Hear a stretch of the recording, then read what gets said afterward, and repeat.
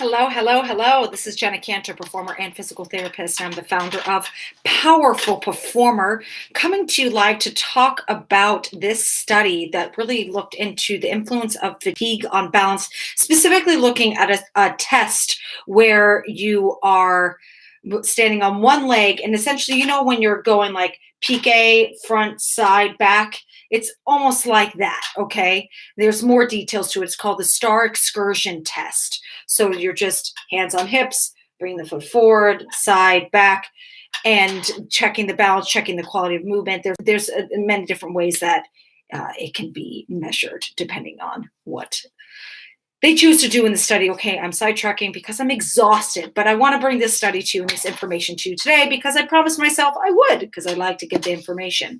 So the fatigue is a big thing. You could be having a long day of rehearsal. Who knows what that is causing? You could be lacking sleep from the night before. There are many things that could be resulting in fatigue. And I like these studies that start investigating it so we can see what actually happens with the dancers. So this was specifically done on dancers.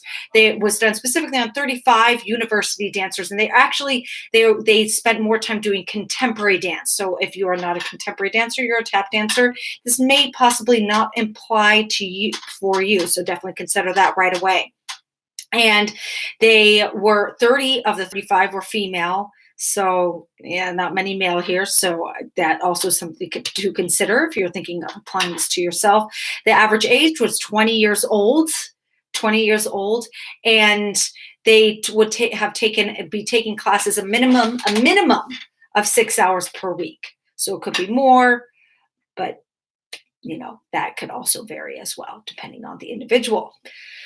So what they did is they taught this Dance Aerobic Fitness Test to these 35 dancers. It was taught by an instructor, and then they had 7 days off after learning it.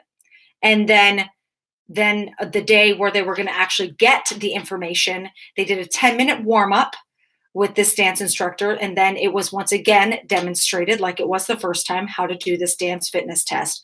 And then they actually did it, the dance fitness test, and this is when measurements were taken before and after on them doing this STAR Excursion balance test to see the quality and try their best to quantify how, if it got worse, if their performance on the STAR Excursion was not as good the second time.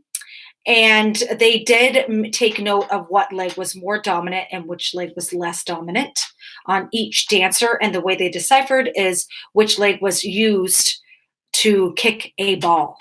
I actually appreciate that they did this because for me, I like to turn to the right on the left leg. That was a big thing for me as a ballerina growing up. So I think it does make a big difference to my turning to my left on my right leg.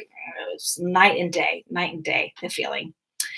All right, so from this, the results, they actually found that there were insignificant changes. There wasn't really a big difference between the dancers' performance before and after. I thought this was really interesting because I could definitely say from my own experience, I felt a big difference in my performance from when I am like fresh and ready to go and when I'm exhausted. So that definitely does get me to question the results and how hard is this dance aerobic fitness test? A lot of thoughts go through my head.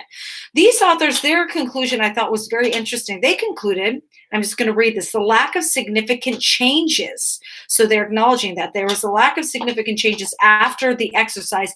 It actually may possibly demonstrate a dance-specific performance adaptation so that the potential alterations in movement performance that may increase injury risk were not observed. So basically, dancers have this uncanny ability to adapt and hide where they were feeling weak when performing this STAR Excursion test. That may be the reason why we're not seeing a big difference between before and after, before getting fatigued and after getting fatigued.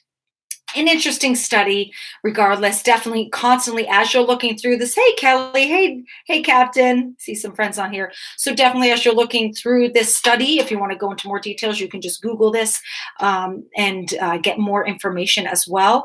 But see if this really does apply to you, and you can start with just the subjects.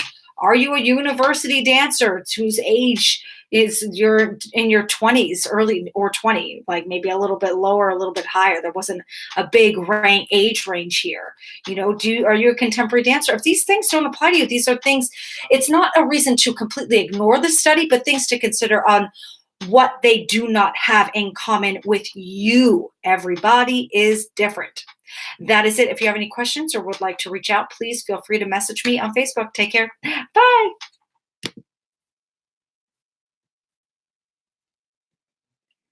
And going here to the stream.